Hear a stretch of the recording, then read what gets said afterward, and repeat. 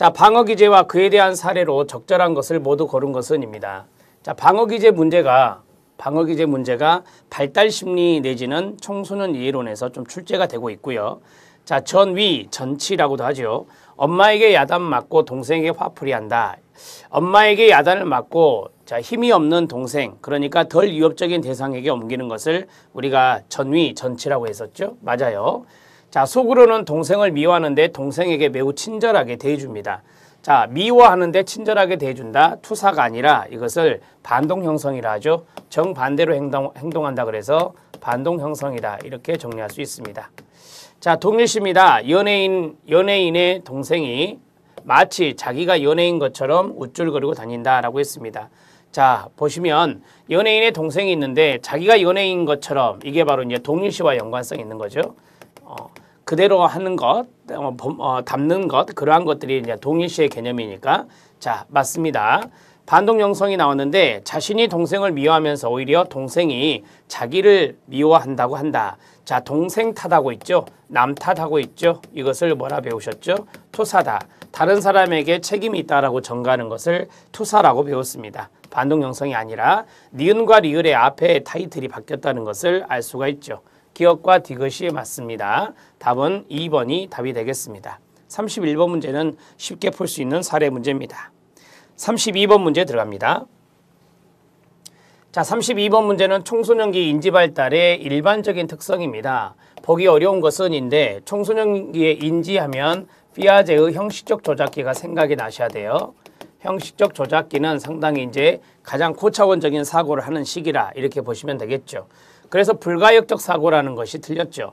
이때는 당연히 가역적 사고가 가능해집니다. 가역적 사고가 가능해져요. 가역적 사고 가능. 이미 가역적 사고는 구체적 조작기 때 가능해지니까 불가역적 사고라 하면 틀려요. 불가역적 사고는 이 리버스를 못하는 것을 말하잖아요. 상대방의 입장에서 고려하지 못하는 것을 우리가 비가역적 또는 불가역적 사고라 하죠. 추상적 사고 가능합니다. 가설 연역적 사고 가능하고요. 가능성에 대한 사고도 가능하고 사고 과정에 대한 사고도 가능합니다. 추상적 사고, 추론하는 능력, 추론 능력이 발달하게 되죠. 추론 능력이 발달하는 것을 우리가 이제 추상성이 있다 이런 식으로 정리하시면 되고, 가설 연역적 사고는 가설을 설정을 해서 가설을 검증을 하죠. 가설 검증 절차를 해서 결론으로 도달할 수 있는 이러한 것들을 가설 연역적 사고 또는 연역적 사고라고도 합니다. 자, 그 다음에 가능성에 대한 사고입니다. 어떠한 가능성을 예측할 수 있다라고 하는 거죠. 가능성, 예측 가능. 어떠한 가능성을 예측할 수 있다. 그래서 가능성 예측과 연관성이 있는 것이다. 이렇게 보시면 됩니다. 사고 과정에 대해서 또 사고를 한다. 이게 이제 고차원적인 사고라고 보시면 되겠는데, 고차원적 사고는 우리가 이제 조금 유사한 말로 어떠한 것들을 종합적으로 고려한다라고 하는 거죠. 사고 과정에 대해서 또다시 사고한다는 것은 종합적인 고려가 가능하다. 그래서 조합적 사고도 이 청소년기 때 가능한 것이죠. 종합적 고려 이런 것들을 다 적어 놓으시면 도움이 되겠습니다. 자, 됐습니다. 답은 1번. 답은 찾기 쉬웠죠? 1번이 답이 되겠습니다. 자, 33번 문제 들어가도록 하겠습니다. 자, 33번 문제는 엘킨드가 이야기한 상상 속의 청중, 청소년기의 특징이라고 배우셨죠? 여기에 대한 설명이 아닌 것은입니다.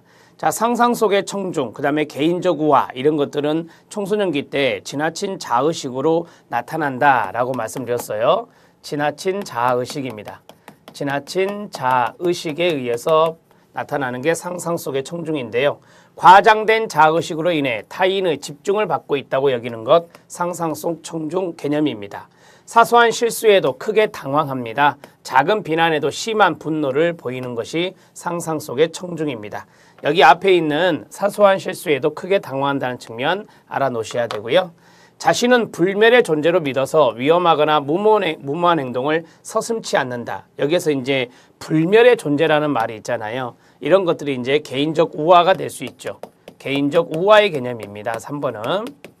자, 나는 운전을 해도 사고 나지 않을 거야. 왜? 불멸의 존재니까. 이러한 것들이 대표적인 사례가 될 수 있겠습니다. 그래서 위험하거나 무모한 행동을 서슴지 않고 행하는 것입니다.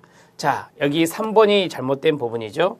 그 다음에 형식적 조작 사고가 청소년기 때는 가능해진다라고 했어요. 그러면서 자신의 생각과 관념에 사로잡혀서 나타나는 현상이다. 이걸 제가 앞에서 지나친 자의식이라고 했습니다. 지나친 자의식이 나타날 수 있다. 형식적 조작기 때도 자기중심성이 나타날 수 있어요. 여기 형식적 조작기 때 나타나는 자기중심성을 말하는 것입니다. 다섯 번째, 다양한 대인관계 경험을 통해 타인도 나름대로의 관심사가 있다는 것을 이해하면서 점차 사라진다라고 했습니다. 자, 상상 속의 청중은 자, 내가 지금 타인의 집중을 받고 있다라는 생각이라고 그랬죠. 자, 그런데 다양한 대인관계 경험을 해봅니다. 현실 속에서. 자, 그랬을 때 타인도 나름대로 관심사가 있다. 타인도 다른 사람도 관심을 받고 있고 관심사가 있다라고 생각을 합니다. 그러면서 점차 사라진다. 이걸 우리가 현실 검증이라 하거든요. 현실 검증을 하면서 점차 사라지는 것이 바로 이 개인적 우화도 그렇고 그 다음에 상상 속의 청중도 그렇습니다. 답은 3번이죠. 이 개념 물어보는 문제인데 잘 알아놓으세요. 상상 속 청중이나 개인적 우화는 잘 알아두셔야 될 필요가 있습니다.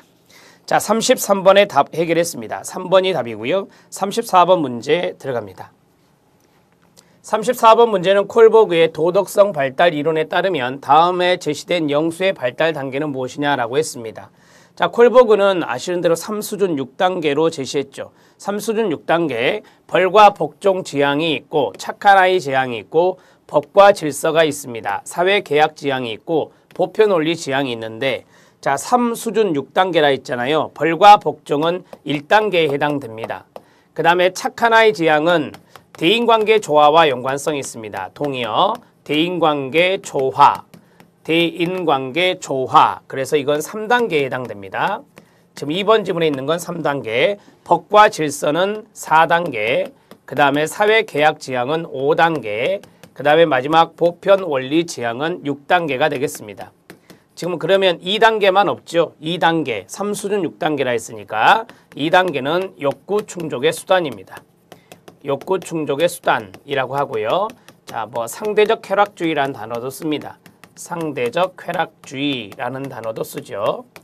자, 그러면 3수준 6단계의 내용을 다 크게 보았고 사례 보겠습니다. 하인츠 딜레마를 하인츠 사례가 있잖아요. 하인츠 사례.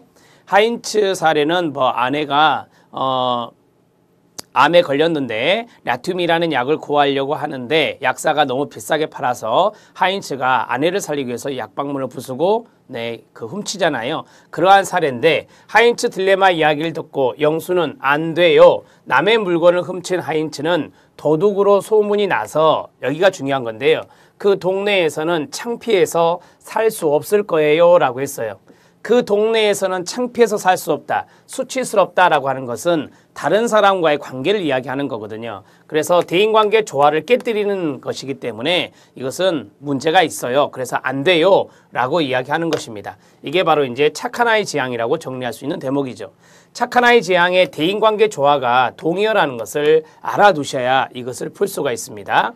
자, 여기에 대해서 이 영수가 가장 크게 생각하는 것은 뭐냐면 이제 하인츠가 남의 물건 훔쳤잖아요. 훔쳤기 때문에 자, 왜 안 되냐라고 하는 것에 가장 포커스는 뭐냐면 창피하다라고 하는 거예요. 창피해서 그 동네에서는 살 수 없다. 창피라는 단어는 수치스러움이에요. 그래서 타인과의 관계를 깨뜨리는 녀석이기 때문에 이 대인관계 조화를 깨뜨리는 녀석이기 때문에 이것은 잘못된 거다. 그래서 이것은 안 돼요 라고 이야기한 것이죠. 그래서 2번이 틀렸다. 이렇게 2번이 해당되는 이야기다. 이렇게 보시면 되겠습니다.